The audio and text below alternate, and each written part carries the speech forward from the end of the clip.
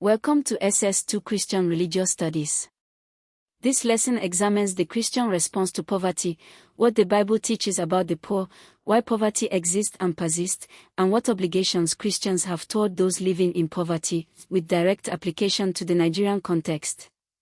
The Bible has more to say about poverty and the poor than almost any other social topic. Old Testament, the law of Moses contains specific provisions for the poor. Leviticus 19 verses 9-10, When you reap the harvest of your land, do not reap to the very edges of your field or gather the gleanings of your harvest. Do not go over your vineyard a second time or pick up the grapes that have fallen. Leave them for the poor and the foreigner. I am the Lord your God. The institution of the Jubilee, Leviticus 25, every 50 years, debts were to be cancelled, land returned to original owners, and slaves freed, was a radical systemic mechanism for preventing the permanent concentration of wealth and the permanent entrenchment of poverty. The tithe in the third year, Deuteronomy 14 verses 28-29, was to be given entirely to the poor, the Levite, the foreigner, the fatherless, and the widow.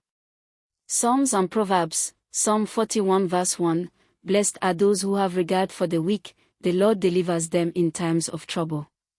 Proverbs 19 verse 17, Whoever is kind to the poor lends to the Lord, and he will reward them for what they have done. Proverbs 31 verses 8-9, Speak up for those who cannot speak for themselves, for the rights of all who are destitute. Speak up and judge fairly, defend the rights of the poor and needy. Jesus' ministry and teaching placed the poor at the very center. Luke 4 verse 18, The Spirit of the Lord is on me, because he has anointed me to proclaim good news to the poor. The Beatitudes, Luke 6 verse 20, Blessed are you who are poor, for yours is the kingdom of God. Note, Luke's version says literally the poor, not poor in spirit as in Matthew, emphasizing material poverty. Luke 16 verses 19-31, The parable of the rich man and Lazarus, the rich man is condemned not for active cruelty but for passive indifference to Lazarus's poverty at his gate.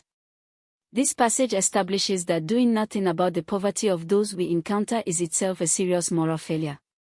Luke 19 verses 1-10 secures the tax collector.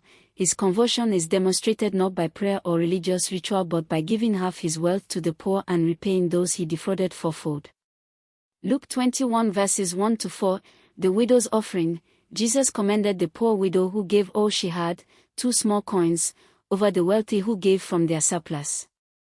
Matthew 25 verses 31-46, Whatever you did for the least of these, identifying Christ himself with the hungry, the thirsty, the stranger, the naked, the sick, and the prisoner. The conclusion is unavoidable. Christian faith that does not engage with the material needs of the poor is not the faith that Jesus modeled and taught. A Christian response to poverty requires understanding its causes, not just treating its symptoms. Individual causes. Some poverty is the result of individual choices, lack of skills, or poor health, and personal moral virtues like diligence and good stewardship do make a difference. Structural and systemic causes. Much poverty is caused by unjust systems, not individual failure.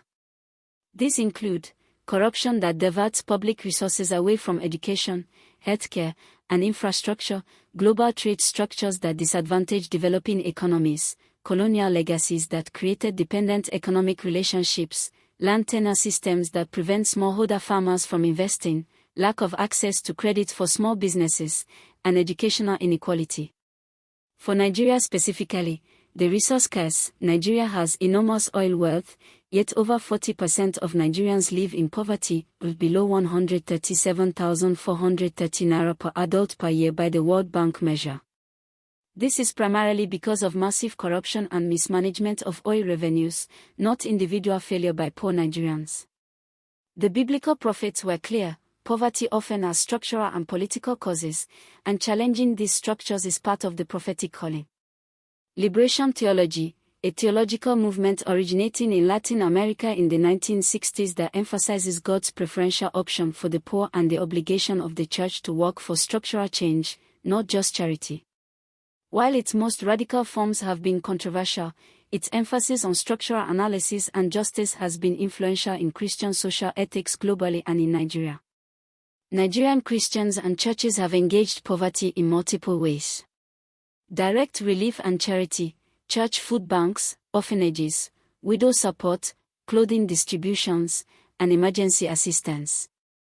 These meet immediate needs and are an essential expression of Christian love, but do not address structural causes. Development programs, microfinance initiatives, providing small business loans to people without access to banks, vocational training, agricultural development, and community infrastructure projects. Many Nigerian churches and Christian NGOs run such programs. Advocacy and prophetic witness, challenging the corrupt systems that produce and perpetuate poverty, speaking up against diversion of education funds, demanding accountability in public health spending, and advocating for land rights of smallholder farmers. This is often the least comfortable but most significant form of anti-poverty work for the church. The prosperity gospel problem. The prosperity gospel, widespread in Nigerian Christianity, often implies that poverty is the result of insufficient faith or failure to tithe, blaming the victim and ignoring structural causes. This is a misrepresentation of biblical teaching and can deepen the shame of those living in poverty. The biblical view affirms both individual responsibility and structural analysis. We must care for individuals while also working to change unjust systems.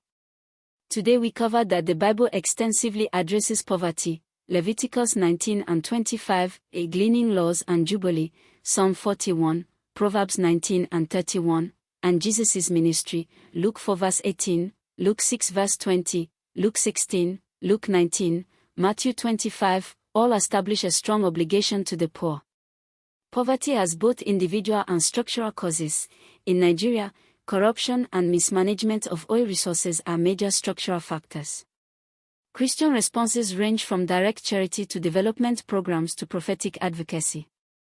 The prosperity gospel's tendency to blame the poor for their poverty contradicts biblical teaching. For your essay, use the parable of the rich man and Lazarus, Luke 16 verses 19 to 31, and Matthew 25 verses 31 to 46 to explain why Jesus places the Christian obligation to the poor at the center of Christian discipleship.